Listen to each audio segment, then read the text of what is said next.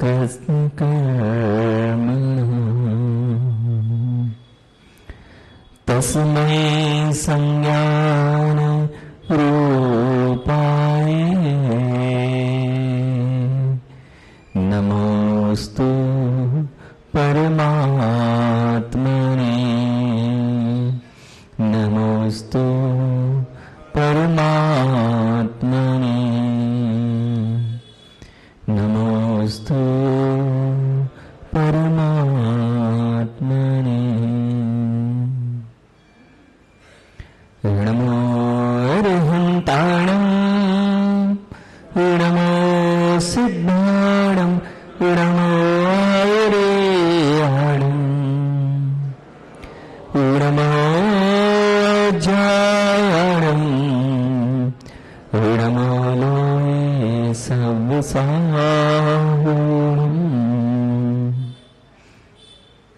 बोले अनंत अनंत सिद्ध परमेष्टि भगवान की। देवादिदेव 1008 आदि तीर्थंकर प्रभु आदिनाथ भगवान की। देवादिदेव 1008 अंतिम तीर्थेश भगवान महावीर स्वामी की। परम पूज्य आचार्य भगवान कुंद कुंद देव की। परम पूज्य आचार्य भगवान मानतुंग स्वामी की। परम पूज्य आचार्य भगवान पूज्यपाद स्वामी की। परम पूज्य राष्ट्र गौरव गणाचार्य श्री 108 विराग सागरजी महामुनि राज की। परम पूज्य अध्यात्म योगी चर्या श्रमणी आचार्य प्रवर श्री 108 विशुद्ध सागरजी महामुनि राज की। द्वादशांग जिनवाणी माता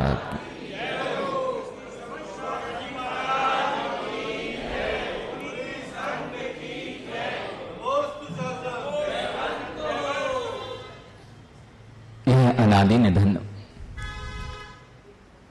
जिन शासन की परंपरा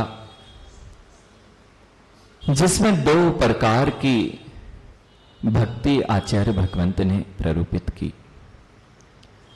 वे जिनेन्द्र भगवान, वे महाभट्टारक महायोगी महावीर भगवान हो अथवा आदिनाथ भगवान हो, 2 प्रकार की भक्ति की व्याख्या जिन शासन में शाश्वत काल से चली आई।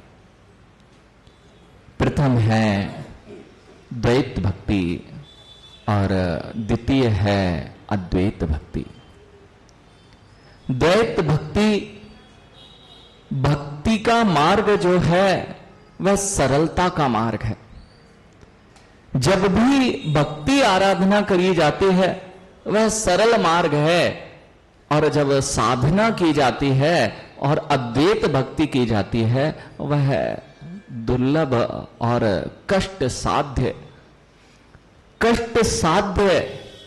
जिसके लिए गहन श्रम करना पड़ता है, ऐसा वह अद्वैत भक्ति का मार्ग है। आराधना जब की जाती है वह सरलता में होती है। साधना के लिए शक्ति की भी आवश्यकता होती है। आप जितनी आराधना करते हैं वह आराधना आपके अंदर शक्ति का संचार करती है और शक्ति की गहनता उत्पन्न करती है, जिससे कि आराधना ही भविष्य में जाके साधना बन जाती है। अभी आप सब भक्तांबर की 48 दिनों से आराधना कर रहे हैं। 48 दिनों से आराधना आपके अंदर उस शक्ति को संचित करने वाली है जो आपके लिए साधना में सहायक बनेगा। मैंने कहा भक्ति मार्ग सरल है, भक्ति कर लेना बहुत सरल है। बाहर में जितना आप जाएंगे उतना सरलता है, लेकिन ध्यान रखना जितने बाहर हैं वे बाहर में किसकी भक्ति चल रही है और आपकी भावनाएं क्या हैं, यह शक्ति को घटा भी सकता है और बढ़ा भी सकता है। अभी तो आपको बाहर की आराधना की शक्ति का ही भान नहीं है। अभी जो द्वैत भक्ति करते हो उसकी शक्ति का भान है। सब लोग मां भक्तांबर का पाठ किस किसने किया? 48 दिन का नहीं बोल रहा हूं, अपने जीवन में एक आध बार तो किया होगा। हाँ, कुछ लोगों ने नहीं किया, उनके अंदर शक्ति नहीं बची हाथ खड़ा करने की, इसलिए हाथ खड़ा नहीं कर पा रहे हैं। सत्य है, जिनके जीवन उदास होते जा रहे हैं उनका नियम यही है, जिनके जीवन में उदासता बढ़ती जाएगी वे नियम से, भक्ति मार्ग से भी दूर होते जा रहे हैं, इसलिए उदास होते जा रहे हैं। मां, जितने चेहरे हैं ना सब रूखे हैं। भैया संभल के सुनना, काला जी चेहरों का तेज गायब क्यों होता जा रहा है? यहां सब बैठे हुए हैं, सब कुछ, मैंने कल बात की थी आपसे, सब कुछ होने के बाद भी तुम्हारे तेज, तुम्हारे चेहरे की चमक गायब क्यों है? 2 बार भोजन कर रहे हो, 2 बार, 2 बार नहीं महाराज जी, जितनी बार याद आती है उतनी बार करते हैं। जब प्यास लगती है तब भोजन कर लेते हैं, रात्रि में जब इच्छा हुई तब भी श्रवण करने के लिए तैयार हैं। ध्यान रखना, अब आप जो कर रहे हो तब भी किस लिए कर रहे हो? स्वस्थ रहें और प्रसन्न रहें, अच्छा शरीर रहेगा। लेकिन फिर भी ना तो चेहरों पर तेज बचा है, ना कोई आपसे आकर्षित होता है, ना आप किसी को आकर्षित करने की योग्यता रख रहे हैं। क्यों? जीवन में भक्ति भी दूर होती जा रही है। जितने बालक हैं वे चाहे युवा हो रहे हो, कुमार अवस्थाओं में हो, उनके चेहरों की झुर्रियां बता रही हैं कि कुमार अवस्था भी बाल्य अवस्था से ही प्रारंभ होने के पूर्व ही, बाल्य अवस्था और कुमार अवस्था प्रारंभ होने के पूर्व ही वृद्ध अवस्था का चेहरा दिखाई देने लगा। इसका मूल कारण जानते हैं? तुम्हारे अंदर में श्रद्धा और भक्ति का अभाव।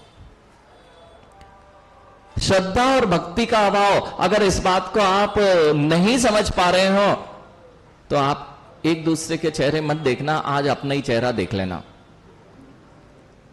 हाँ, बहुत बड़ा आप यह जो आराधना कर रहे हैं ना, इसकी शक्ति भी आपको नहीं पता। पता तो है लेकिन भूल जाते हो। सतन भैया, इसने भक्तांबर की आराधना जिन्होंने की थी, उन्होंने अपनी सारी बेड़ियां काट ली थी, भक्ति की थी, और भक्ति करने से वे स्वतंत्र हो गए थे। बेड़ियां थी, 48 ताले थे, और 48 ताले में वे बंधे हुए थे, लेकिन 48 ताले तोड़ने की सामर्थ्य भक्तांबर में है। क्या यह दूसरा भक्तांबर है जैसे आप पढ़ रहे हो? और यह कोई दूर ही नहीं है जहां पर यह कार्य हुआ था। शायद 50-60 किलोमीटर की दूरी, मालवा का ही क्षेत्र था। द्रव्य भक्तांबर स्तोत्र वही है, क्षेत्र भी मालवा का ही है, काल भी चौथा काल नहीं था, पंचम काल ही था। अब अंतर काय में आया है, अब समझ जाओ। भक्ति उन्होंने भी की, पंचम काल में ही की। भक्तांबर स्तोत्र वही का वही है जो आचार्य भगवान मानतुंग स्वामी ने पढ़ा था, लेकिन भावनाओं और भावों में अंतर हो गया है, इसलिए एक भी अतिशय नहीं दिखाई देता है। हो सकता है वे कहां गए ज्ञानी, क्या नाम है, मनोज भैया? विकल्प तो नहीं हो रहा कि महाराज जी प्रवचन करने लगे, हमें भक्तांबर करना है? हाँ, होने लगा होगा अभी, क्योंकि कल उन्होंने भावना भाई थी कि महाराज जी आप भक्तांबर के बीच में ही हमारा काम बना देना। सत्य है ज्ञानी, यही विकल्प संकल्पों की धारा ने ना तो आज तक एक भी चमत्कार करने दिया, ना आज तक। मां, आपने सुना णमोकार मंत्र का पाठ करते करते लोगों ने अपने कुष्ठ दूर कर लिया हो? मुनिराजों ने एक बार णमोकार मंत्र का पाठ किया, एक रात्रि में कुष्ठ रोग दूर हो गए हो, और सिद्ध चक्र का पाठ किया हो तो 700 कोड़ियों पे केवल गंधोदक छिड़क दिया गया हो। तुम तो अब गंधोदक में भी कंजूसी कर लेते हो। ध्यान रखना क्या हो रहा है, गंधोदक में भी कंजूसी करने लगे हो। विवेक जागृत रखना चाहिए, लेकिन जो जैसी क्रिया है उसको कभी नहीं छोड़ना चाहिए। भैया विवेक से कार्य करना तो सिखाया गया, नहीं तो बहुत सारे ज्ञानी विद्वान उत्पन्न हो गए हैं जो ज्ञानी नहीं होके अपनी अज्ञान दशा को समाज के बीच में रख देते हैं। हमारे यहां दोनों प्रकार की भक्ति कही गई है, द्वैत और अद्वैत। जब हम द्वैत भक्ति करते हैं वह सरलता का मार्ग है, उसमें साधनों और अवलंबनों की आवश्यकता होती है। अब आपने ज्यादा विवेक लगाया तो पता चला दीप से आरती करना बंद कर दिया। क्यों? हिंसा होती है। यानी अगर हिंसा होती है तो फिर मंदिर नहीं बनवा सकते आप। ध्यान रखना, मंदिर क्यों नहीं बनवा सकते आप? तो श्रावकों की हिंसा कब हिंसा कही जाएगी? और जब वह हिंसा जिस कार्य में करते हो, मां 24 घंटे क्या करते हो? अहिंसा में रहते हो ना। हिंसा, झूठ, चोरी, कुशील, परिग्रह, पांचों पाप नहीं करते ना। दिन भर महाराज जी इसके अलावा कुछ करते हैं क्या?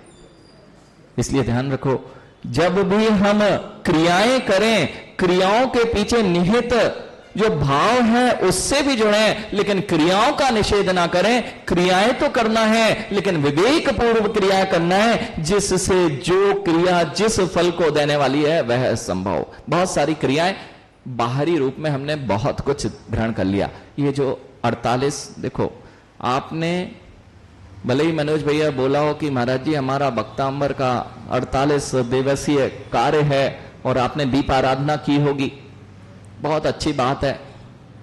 लेकिन कुछ साल पूर्व मुझे याद नहीं है कि ऐसी कोई दीप आराधना होती थी। ये हम बाहर से अधिक प्रभावित हो गए और अंतरंग से दूर हो गए। आपको भी याद नहीं होगा कि 48 दीपों से आराधना ये पहले नहीं थी। पहले भक्ति थी, पहले भाव थे, अब केवल क्रिया है। आप इतने बाहर होते जा रहे हैं, इतने बाहर होते जा रहे हैं कि क्रियाएं करते हैं। इस द्रव्य की थाली से उस द्रव्य में छोड़ दिया जाए, यह अवलंबन था, लेकिन अवलंबन में इतने मस्त हो गए कि भावनाएं एक तरफ हो गई। इसलिए मां, लोगों ने अपने कोड़ को दूर कर लिया, लेकिन आज तक तुम्हारे नमोकार मंत्र को पढ़ते पढ़ते जीवन निकल गया। जिनेंद्र भगवान, सिद्ध भगवान की आराधना, आदिनाथ भगवान की आराधना करते करते पूरा जीवन व्यतीत कर दिया, लेकिन एक भी फुंसी ठीक कर पाए क्या? बताओ, क्या भक्तांबर की सामर्थ्य कम हो गई? भक्तांबर स्तोत्र की क्या सामर्थ्य कम हो गई क्या? सामर्थ्य किस बात की कम हुई है? द्रव्य शुद्धि, काल शुद्धि, क्षेत्र शुद्धि और भाव शुद्धि, इन चारों का समागम जब होता है तभी अतिशय प्रकट होता है। ना तो आप द्रव्य, क्षेत्र, काल, किसी भी द्रव्य की शुद्धि नहीं बची। मां, द्रव्य की शुद्धि नहीं बची। हम जिस भावों से आते हैं, बहुत आवश्यक है कि आपका बाहरी क्षेत्र बहुत सुंदर हो। देखो, अभी अभी कुछ प्रायोगिक विधि बताता हूं आपको। मनोज भैया, जैसी ये टेबल है, देखो देखो देखो, ऊपर देखो, ये जो टेबल दिखाई दे रही है, इसे टेबल को देखिए। मां, अपने अपने सामने रखी हुई, सम्मुख रखी हुई जो पूजन की सामग्री है, वो जो थाली है, उसको देखो, सुंदर लग रही ना? उसके चारों ओर खेत पुरा हुआ सुंदर लग रहा है ना? कभी जब आप भोजन की थाली पर बैठे हैं, सतन भैया, आप भोजन की थाली पर बैठे हैं और जिस तरह से यह पूजन की आपकी स्थान है, ऐसे ही क्या मां आपका भोजन करने का स्थान होता है और भोजन करने की थाली होती है क्या? नहीं, बात समझ में आ रही है भैया? भोजन करने की थाली जिसमें दाल रोटी में जा रही हो, पापड़ चटनी के ऊपर रखा हो, समझ में आ रही बात? उसे भोजन कर लोगे। अच्छा, कितने लोग 500 रुपए की भोजन की थाली करके आए हैं कभी? आजकल तो सामान्य बात है, एक बार होटल में जाओ तो मां भोजन तो जो आप घर में करते हो वो ही होता है, तो 500 रुपए किस बात को देखे आते हो? हाँ भैया, प्रेजेंटेशन। आखिर ये प्रेजेंटेशन, ये बच्चों को सिखाओ भैया, ये प्रेजेंटेशन है क्या? ये द्रव्य क्षेत्र काल भाव 4 प्रकार की 16 होता था, शुद्धि होती थी, जैसे आप चौका कहते थे, जहां द्रव्य क्षेत्र काल भाव की शुद्धि होती थी तो आपके भावनाओं में परिवर्तन आता था। अब आप जब होटल जाते हो और जैसी टेबल यहां हो सतन भैया, ऐसी होटल में कब गए? आप समझना मां, आज कल से पूजन करना। भोजन कितना सुंदर थाली होगी, कितनी सुंदर द्रव्य होगी, कितनी सुंदर द्रव्य को रखने की स्थान होगी, और जहां आप बैठेंगे उसमें यदि ऐसे ही भोजन करते मां, जब चावल खाते हो तो डाइनिंग टेबल पर गिराते हो ना भैया? मनोज भैया, कभी प्रतिष्ठित लोगों के साथ बैठे? अरे आप स्वयं प्रतिष्ठित हैं। हाँ, यहां जितने लोग बैठे हैं ध्यान रखना, आप सब प्रतिष्ठित लोग हैं। आपके साथ कोई बैठे ना तो उनकी प्रतिष्ठा बढ़ती है, ये बात आप जान जाओ। जैन साहब के साथ बैठना मतलब अपनी प्रतिष्ठा की बढ़ोतरी करना है। सत्य ना सतन भैया? प्रतिष्ठित लोगों के साथ जब बैठे और वहीं पर बैठे आप भोजन करने और वहीं हाथ धो लेना। भोजनशाला पे आप बैठे और टेबल पे, डाइनिंग टेबल पे क्या करना?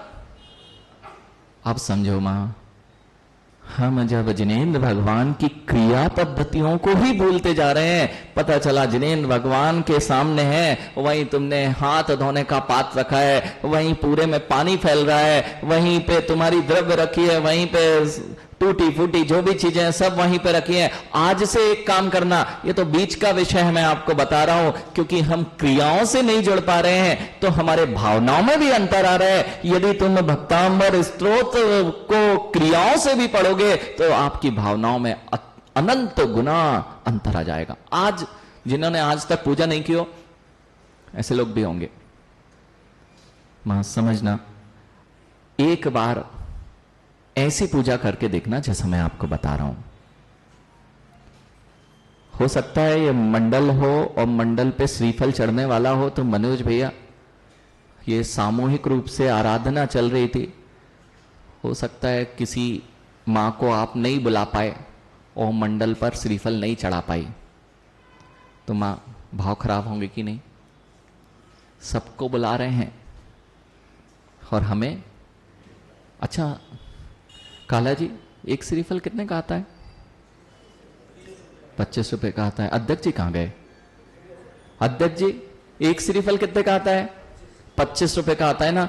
जब अगर अध्यक्ष जी को मंडल पे नहीं बुलाया गया, सिद्ध चक्र विधान चल रहा था और अध्यक्ष जी को मंडल पर नहीं बुलाया, तो काम गड़बड़ होगा कि नहीं? काम उनका गड़बड़ नहीं होगा, लेकिन अंदर का काम बहुत बढ़िया बात है, आपकी अच्छी भावना है, लेकिन मैं ये पूछ रहा हूं, आप नहीं हो अध्यक्ष मान लो, लेकिन हम यदि मुनिराज के सामने श्रीफल चढ़ाने अर्पित करने गए काला जी, और समाज ने तुरंत एक श्रीफल लाके दिया और आपने चढ़ा दिया, जितने लोग हैं ध्यान रखना, बहुत अच्छे से आज विचार कर लेना। फिर दूसरी बार बुलाया तो तुरंत दूसरी बार हाथ बढ़ाया और फिर से श्रीफल चढ़ाने का नाम आया तो फिर से श्रीफल चढ़ा दिया। अगर मां नहीं बुलाया मंडल पर श्रीफल चढ़ाने तो भाव खराब होंगे कि नहीं? अब मैं आपको बता रहा हूं, इन का अवलंबन लेने से आपके भावों में कितना परिवर्तन आता है। अभी तो मंदिर की द्रव्य चढ़ाते हो और नहीं मिला तो भाव खराब करते हो। एक भी जन मना कर सकता तुम्हें मंडल पर श्रीफल ना चढ़ाने से। कल से ऐसा करना, कल से क्या, जब भी सिद्ध चक्र विधान करो, सारे लोग अपने घर से अगर 1024 अर्घ हैं तो 1024 श्रीफल लेके आना। हलचल चालू हो गई है भैया। मैं आपको बता रहा हूं क्यों आपको अपनी द्रव्य से पूजन करना चाहिए, क्यों ये द्रव्य आपके भावों में जुड़ती है। जब हमें मंडल पे मनोज भैया ने नहीं बुलाया तब हम पर नाराज होते हैं। जिस दिन तुम खरीदने जाते हो तब तुम्हें दिखाई देता है 4 बादाम चढ़ाऊं कि 5 चढ़ाऊं। बुंदेलखंडी लोग हैं, गिनती की बादाम आती भैया 1 किलो में कितनी चढ़ी है। और यहां मंदिर की मांगने में अगर उसने द्रव्य रखने में आनाकानी कर दी है तो तुम्हारे भाव खराब होते हैं। किसने मना किया आपको चढ़ाने के लिए? जिस दिन आपको विधान करना हो, जिस दिन आप किसी भी सामान्य पूजा में बैठे हो, मंदिर की होती है तो लगता है कि लाओ दे दो, 25 रुपए नहीं दिखते वहां। और यदि घर से 1 की जगह 2 लाना हो और 2 की जगह 4 लाना हो तो फिर 100 रुपए का नोट चला गया है तब दिखाई देने लगता है। इसलिए आज क्या करना है, ये तो एक छोटा सा दृष्टांत था कि कैसे मेरे भावों में परिवर्तन आता है। आज ये करना है, भोजन की थाली जितनी सुंदर होगी उतना अच्छा पैसे देके आते हो। जितना अच्छा भोजन की थाली होगी, जितना अच्छा द्रव्य होगा उतना अच्छा पैसा लगता है। ऐसे ही मां, उस पैसे को देने के भाव किसके होते हैं? उस पैसे को देने के भाव किसके होते हैं? आप तो बुंदेलखंडी हो। देखो भैया, बुंदेलखंडी की बड़ी प्रसिद्धि है। हम राजस्थान में होके आए हो, चाहे दक्षिण भारत में घूम के आए हो, चाहे अपन शिखर जी की यात्रा की तरफ हो, आपकी बड़ी प्रसिद्धि है। लेकिन गड़बड़ काम हो रहा है। अब बुंदेलखंडियों को, मालवा में भले ही आप रह रहे हो, बहुत सारे लोग यहां बुंदेलखंडी होंगे, है ना। तिलक नगर में हमने सुना अधिकतम, समझो ज्ञानियों, बुंदेलखंडियों की मां एक प्रसिद्धि है। अगर धर्म देखना हो तो बुंदेलखंड में जाना पड़ेगा। लेकिन आप ध्यान रखना, बुंदेलखंड में जाना पड़ेगा और हम ही धर्म से अधर्म की ओर हो गए, भावनाओं को कलुषित करते गए, तो शायद यह प्रसिद्धि ज्यादा दिन नहीं रह पाएगी। आप लोग तो धार्मिक लोग हो ना? कितने लोग धार्मिक हैं? बुंदेलखंडी हो आप तो। भैया सारे बुंदेलखंडी की प्रसिद्धि किस बात में है? धार्मिक है ना। लेकिन ये बात आपको विचार कर लेनी चाहिए कि हम केवल मंदिर में धार्मिक हैं और हमसे बड़ा अधार्मिक इस दरवाजे के बाहर निकलते हुए। धर्म क्या है? पूजा कर लेना, आपका अच्छा तिलक लगा लेना। यानी इसे धर्म नहीं कहा है। जिसके अंदर में 5 पापों का अभाव हो, जिनके अंदर में 4 कषायों का उपशमन हो, जिसके अंदर में समता परिणाम हो, जिसके अंदर में धैर्य हो, जिसके अंदर में क्षमा भाव हो, वह धार्मिक हो सकता है। आप सब धार्मिक हो ना? आप सब धार्मिक हो ना? सत्यन भैया, ये सब लोग बहुत शांत स्वभावी जीव हैं। आप सब शांत स्वभावी जीव हो ना? बुंदेलखंडी हो, धार्मिक हो, शांत स्वभावी हो ना? मयंक, शेर देखा? शेर बड़ा शांत स्वभावी है। शेर को देखा मां? अरे शेर को देखा कभी? नहीं देखा हो तो देखना कभी।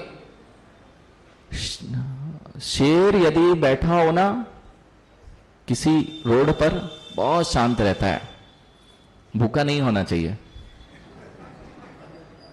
हाँ, एक बार भोजन करता है शेर तो 8 दिन उसको शांति से जीता है। और कोई छेड़ना नहीं चाहिए,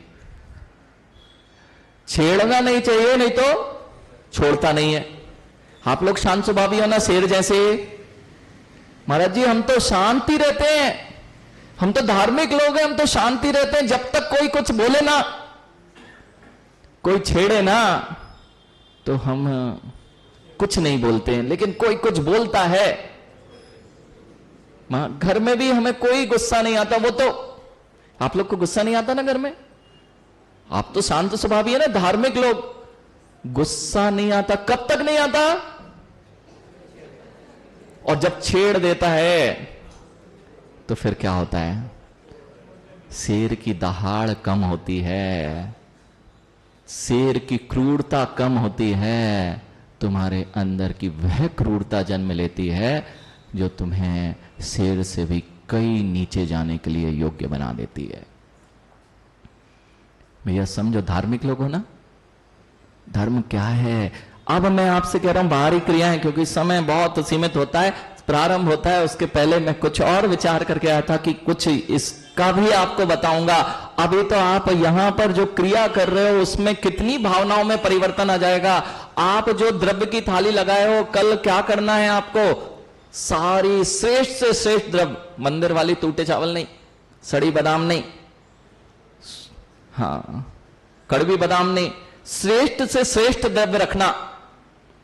जिस चावल को अक्षत अखंड चावल हो, अक्षत के रूप में उसे लेना, और चंदन केसर भी मंदिर का मत लेना।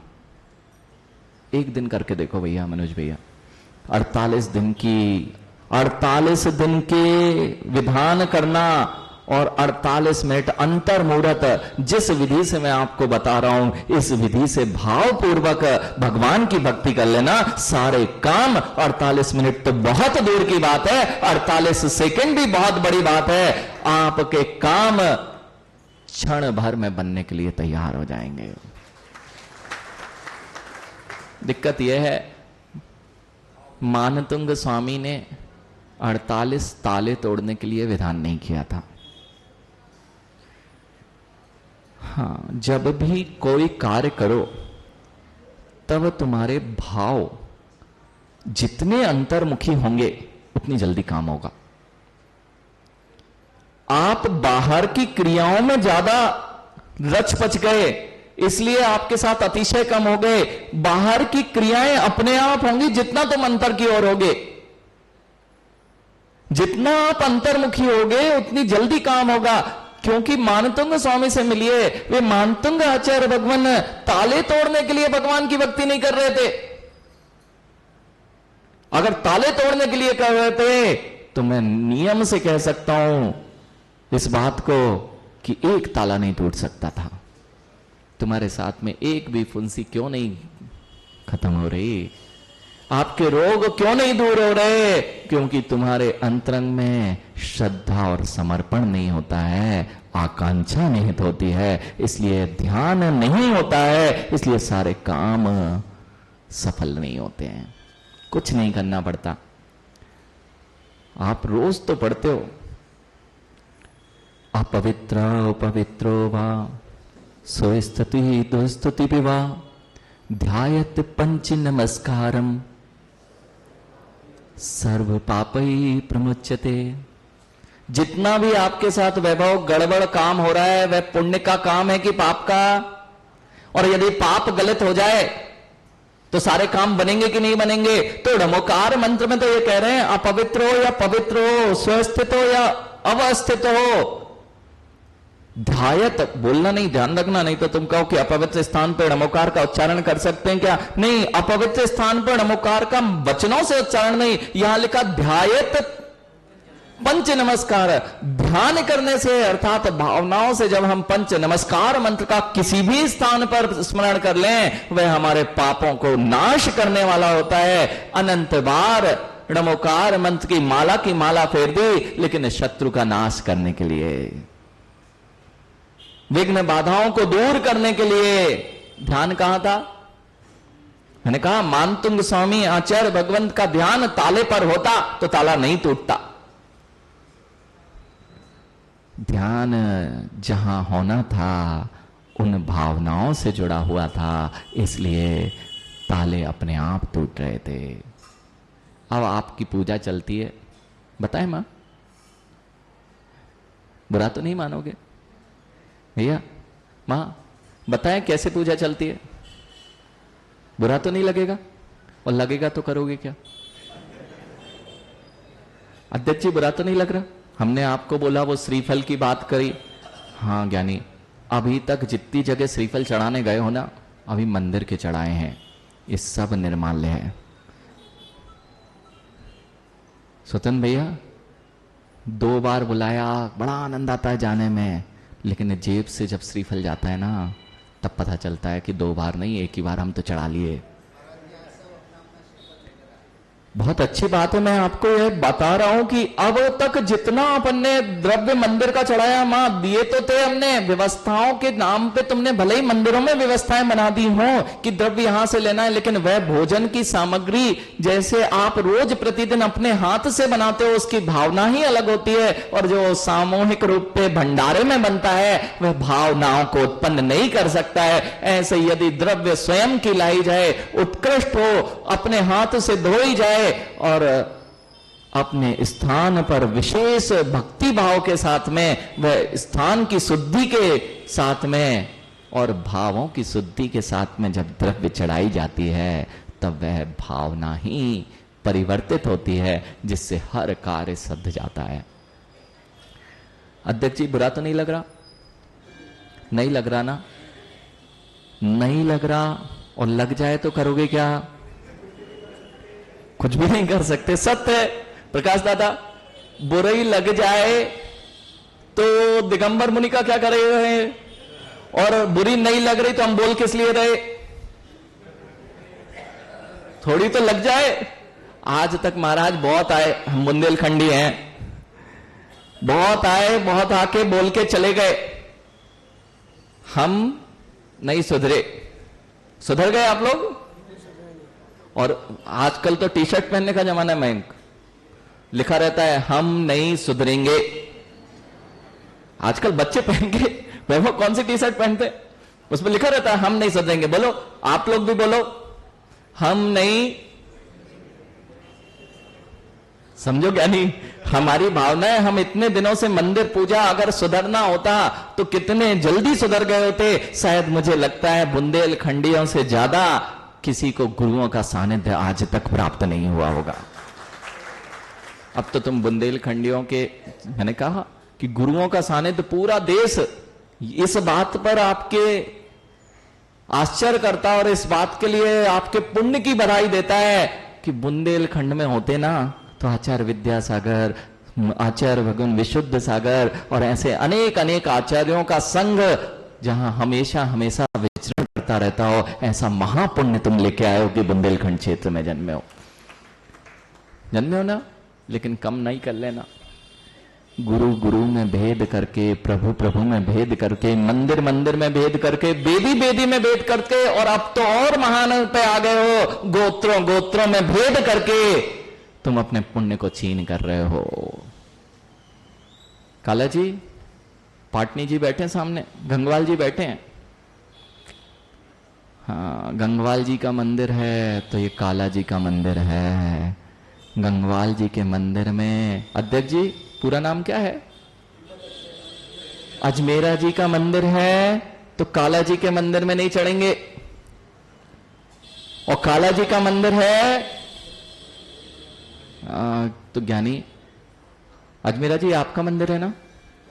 नहीं है? स्वतंत्र जी आपका मंदिर कौन सा है? तिलक नगर का है ना? हाँ, आपका मंदिर भैया, ये वाला मंदिर किस किस का है? सबका है ना? ध्यान रखना ज्ञानी, बोल तो रहे हो, लेकिन मुझे पता है जिस मंदिर से तुम्हारा राग जुड़ा हुआ है, जिस मंदिर से तुम्हारा गोत्र जुड़ा हुआ है, उसकी तुम भावना करते हो, इसलिए तुम्हारा मंदिर कभी नहीं बनता है।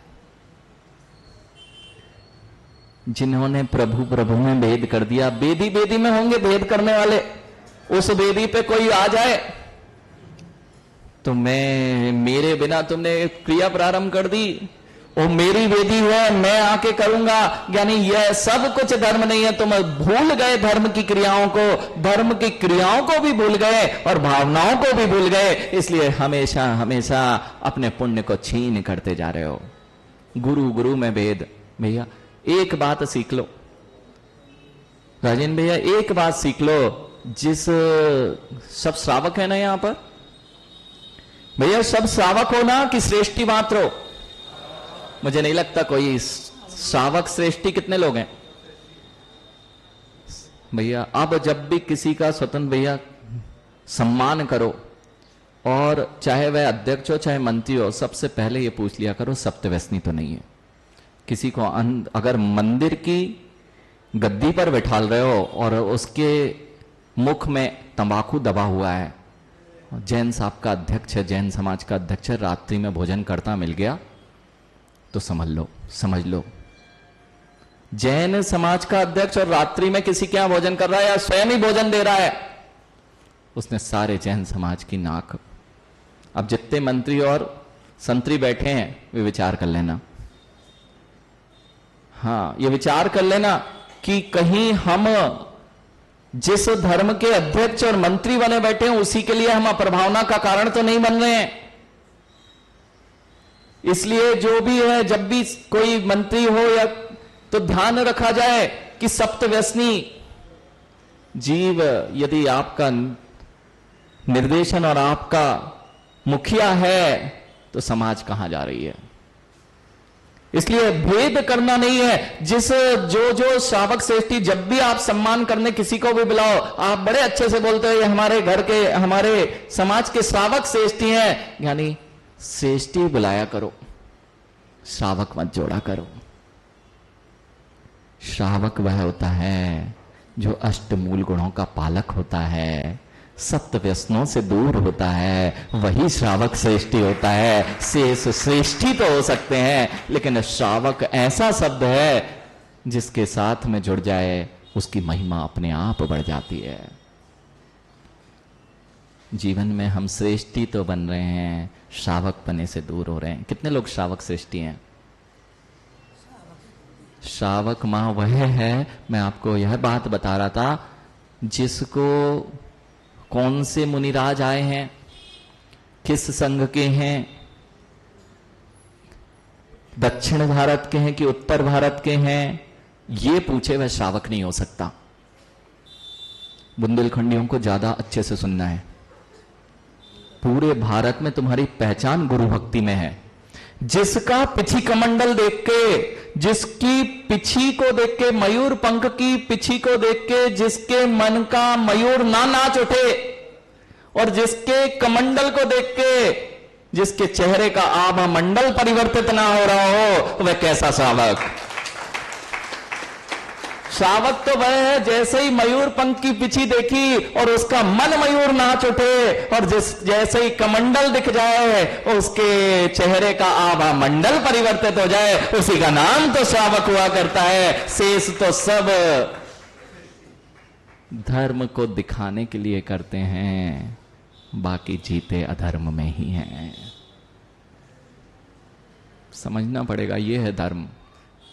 अभी तुम भाई भाई में लड़ते थे, अब तुम मंदिर मंदिर में भी लड़ने लगे, गुरु गुरु में लड़ने लगे, पंथ पंथ, संत संत, गोत्र गोत्र में बंटने लगे।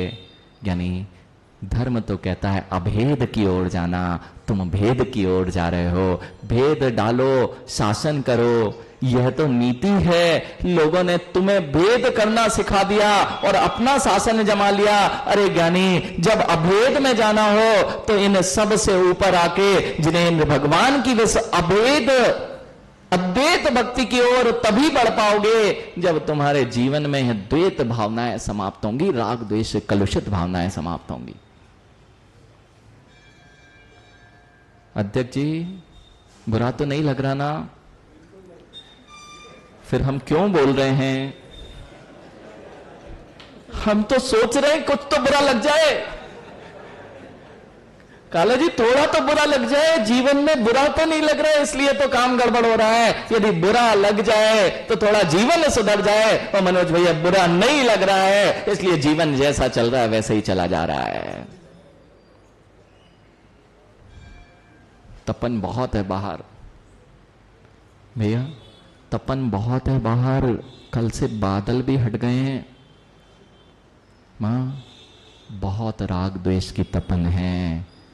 बाहर तपन है तो अंदर आते हो, जितना अंदर आते हो तो ठंडक का एहसास करते हो। बस यही तो जिनेंद्र भगवान की वाणी कह रही है, जितने बाहर जाओगे राग द्वेष की तपन है, और जितने अंतरंग में आओगे उतनी शांति का वेदन है। सत्य यही है। हम बाहर में इतना डूबते जा रहे हैं कि अंतरंग की अशांति ही अशांति पैदा करते जा रहे हैं। तपन बाहर बहुत है तो मंदिर में बैठे हो तो शांति का अनुभव कर रहे हो, और यही तुम तपन बढ़ा बैठे, अब कहां शांति का वेदन करने जाओगे? एक ही तो स्थान है जगत में, भारत एक ही स्थान है जगत में। दुनिया में हर चीज तुमने पाली होगी, हर चीज आपके घरों में उपलब्ध होगी, वह शांति नहीं देने वाली। यदि शांति कहीं प्राप्त होगी तो जिनेंद्र भगवान की चरण और शरण में ही प्राप्त होगी। देवसास गुरु की शरण ही शांति देने वाली है, अन्यत्र कहीं नहीं है। इसलिए समय बहुत तेजी से भाग रहा है, घड़ी तेज वाली रख दी है, और मेरे से ज्यादा, इस घड़ी से ज्यादा तेज जो भक्तांबर विधान में बैठे हैं उनके भावों की घड़ी चल रही होगी। इसलिए तो काम गड़बड़ होता है। 3 पूजा करना है आज, तो पहली पूजा जरा फास्ट फॉरवर्ड मोड में चल रही है। क्यों? पहले आदिनाथ भगवान की पूजा के पहले देवसास गुरु की पूजा करनी पड़ेगी, तब तो महावीर भगवान। अरे ज्ञानी, किसने कहा कि पहले देवसास गुरु की ही आवश्यक है, पहले महावीर भगवान की आवश्यकता है, पहले आदिनाथ की करना पड़ेगी? कौन से भगवान क्रुद्ध हो जाएंगे यदि तुमने आदिनाथ के पहले महावीर भगवान की पूजा कर ली? तो भगवान कहेंगे नहीं नहीं, तुमने गड़बड़ कर दिया है काम। अरे तुम इन भावनाओं, इन संकल्प विकल्पों के पीछे अपने भावों की कितनी अशुद्धि करते हो। उनने शांति धारा में हाथ लगा दिया, उनने शांति धारा के पहले अभिषेक कर दिया, उनने पूजा कर ली। मैं आपसे बोल रहा था, मां आप पूजा कैसे करते हो? नमोकार मंत्र भी पढ़ते हो तो कैसे पढ़ते हो? भक्तांबर में मेहमान तुंग स्वामी से मिल लेना, वे तो पढ़ रहे थे, ताला नहीं दिख रहा था। आपकी पूजा ऐसी होती है कि पड़ोसी कौन सा साड़ी पहन के आया था, आज वह क्या कर रहा था, उसने किससे क्या बात की थी, इसलिए तो तुम्हारी कोई भी पूजा सफल नहीं हो पा रही है। एक बार भावों से पढ़ो, एक बार शुद्ध द्रव्य को लेके आओ। आज एक काम करना, सुंदर से सुंदर द्रव्य, जैसे आप अपने दामाद को खिलाते हो ना चावल, यही खिलाते जो मंदिर वाला? भैया मंदिर वाला द्रव्य, मंदिर वाले चावल, दामाद यदि, और नया दामाद हो कोई, अभी अभी शादी हुई हो और पहली बार आ रहा हो, तो मां कौन सा? अच्छा दामाद आता है, जितने लोग बैठे हैं बहुत ध्यान से सुनना। मां यदि दामाद विदेशी हो, अर्थात विदेश में रह रहा हो, और वो पहली बार क्या जितनी बार आ रहा हो विदेश से, तो यहां एयरपोर्ट कितनी दूर है? कहां जाते हो लेने? घर आ जाएगा तब देखते हो कि एयरपोर्ट पे जाते हो? एयरपोर्ट पे पहुंच जाएंगे सारे काम छोड़ के, भैया दामाद जी आ रहे हैं एयरपोर्ट, और जब जाते हैं तो यहीं से बाय बाय टाटा कर देते हो? क्या करते हो? एयरपोर्ट पे जाते हैं। यानी वह दामाद तो बहुत तुच्छ है। पंच परमेष्ठी जब भी तिलक नगर में आएंगे, घर में बैठे मत रहा करो, जहां अगवानी करना हो वहां पहुंच जाया करो।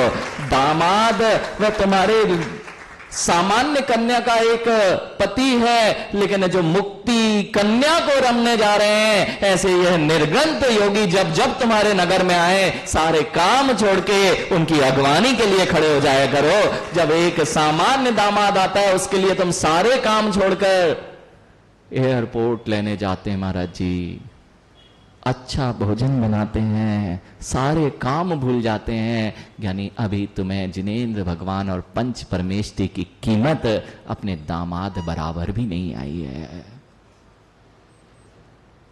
समझ लेना। और ऐसा तो नहीं करते मां कि दामाद जी आ रहे हैं, होटल का एड्रेस दे दिया,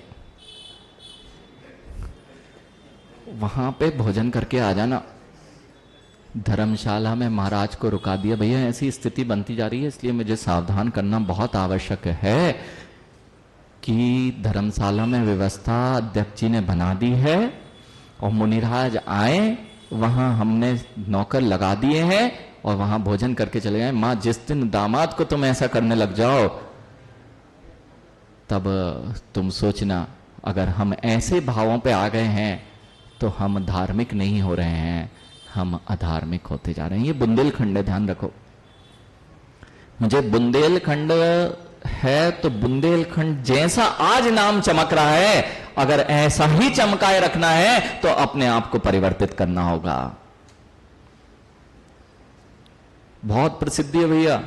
हम इतनी भीड़, जयपुर में थे अभी हम, पिछला वर्ष का चतुर्मास बहुत भीड़ होती थी और घर घर चौके लगते थे। खाला जी घर घर चौके लगते थे, ऐसा नहीं बुंदेलखंड की प्रसिद्धि है कि घर घर चौके लगते थे, वहां भी लगते थे, लेकिन फिर भी वो लोग क्या कहते थे, महाराज जी बुंदेलखंड में तो बात ही अलग है। लेकिन बुंदेलखंड में सही में बात अलग होती जा रही है। हम भी बुंदेलखंड के ही हैं भैया। हमें याद है काला जी छोटे से थे, ग्यारसपुर नगर था, माताजी किसी माताजी का संघ का आगमन था,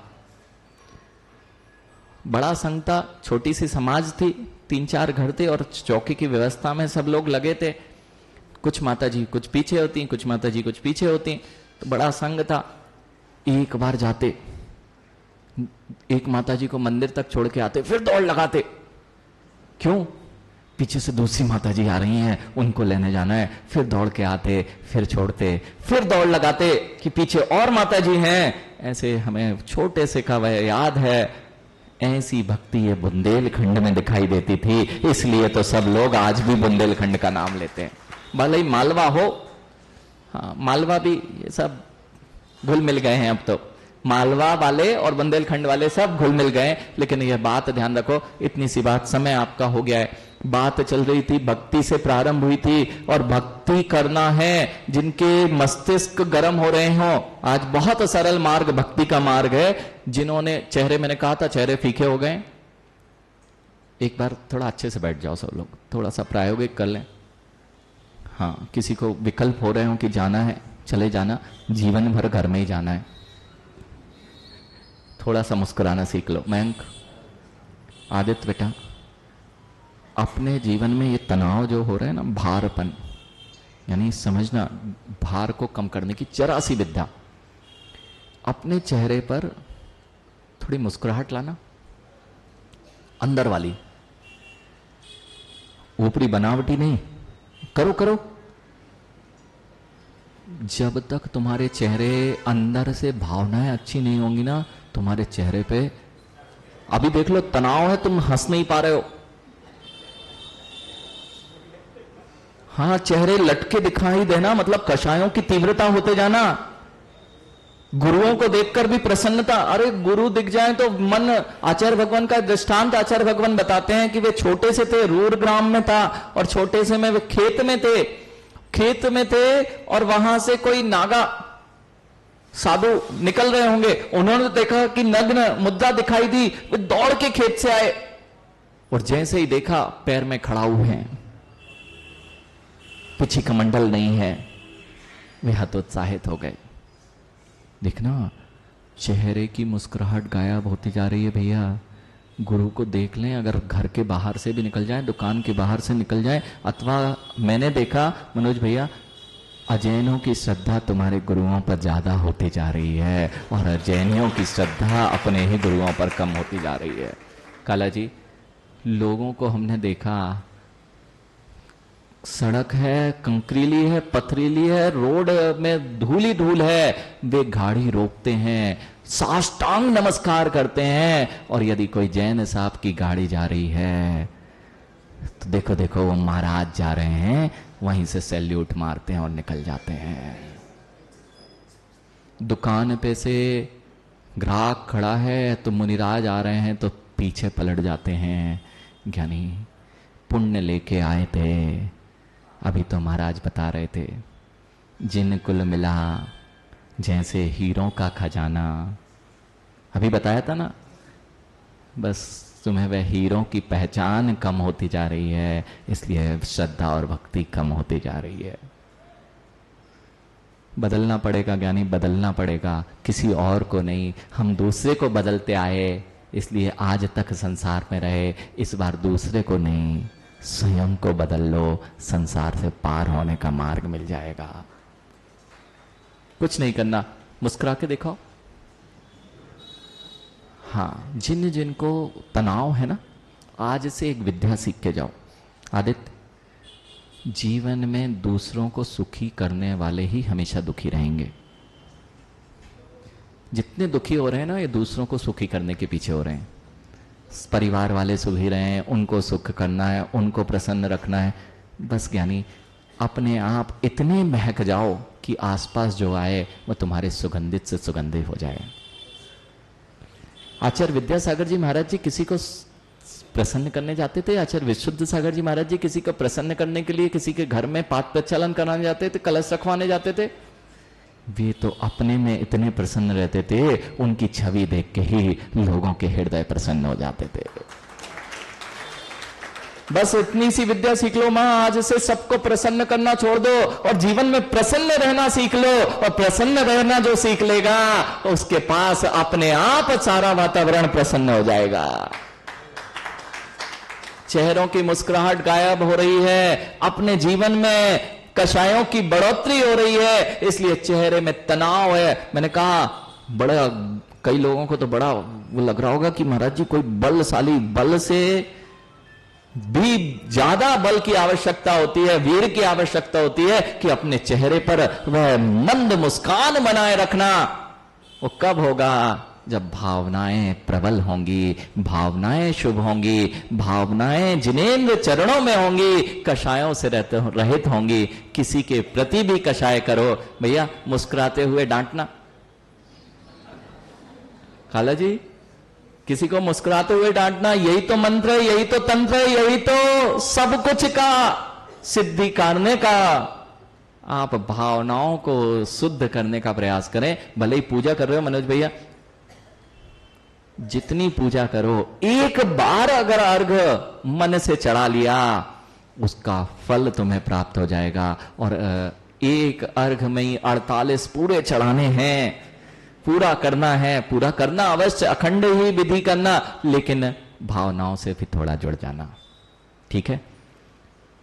एक अंतिम प्रश्न, स्वतंत्र भैया, मां के हाथ का भोजन किया और बेटे की मां के हाथ का? अरे मां के हाथ का भोजन किया और बेटे की मां के हाथ का भोजन किया, दोनों का स्वाद एक सा होता है ना? काला जी, बेटे की मां के हाथ का स्वाद और अपनी मां के हाथ का स्वाद, एक ही थाली, एक ही आटा था, एक ही जगह बनाया गया था, लेकिन एक बनाया था मां ने और दूसरा बनाया था, स्वाद दोनों का एक सा होता है। यानी समझो, भावों से जब रोटी का स्वाद बदल जाता है तो भावनाओं से और भावों से जीवन में जो परिवर्तन करना चाहो वह सब किया जा सकता है। कभी नहीं आएगा जिनके अंदर वासनाएं हैं, जिनके अंदर कामनाएं हैं, इच्छाएं हैं, वह बेटे की मां है। इसलिए मां के हाथ में वह किसी आकांक्षा से भोजन नहीं कराती, किसी वासना से भोजन नहीं कराती।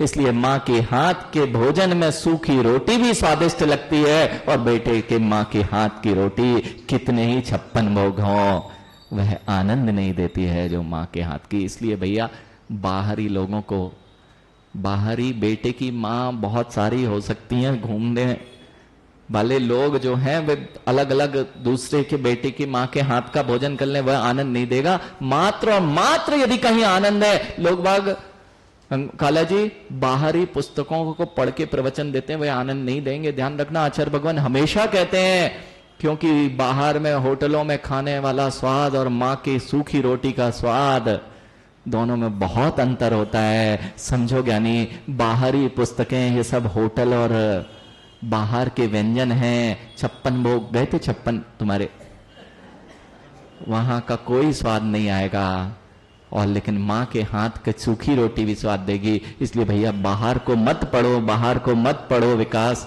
यदि पढ़ना है तो जिनवाणी मां को पढ़ो, अपने आप सूखी रोटी भी होगी तो आनंद ही आनंद देगी।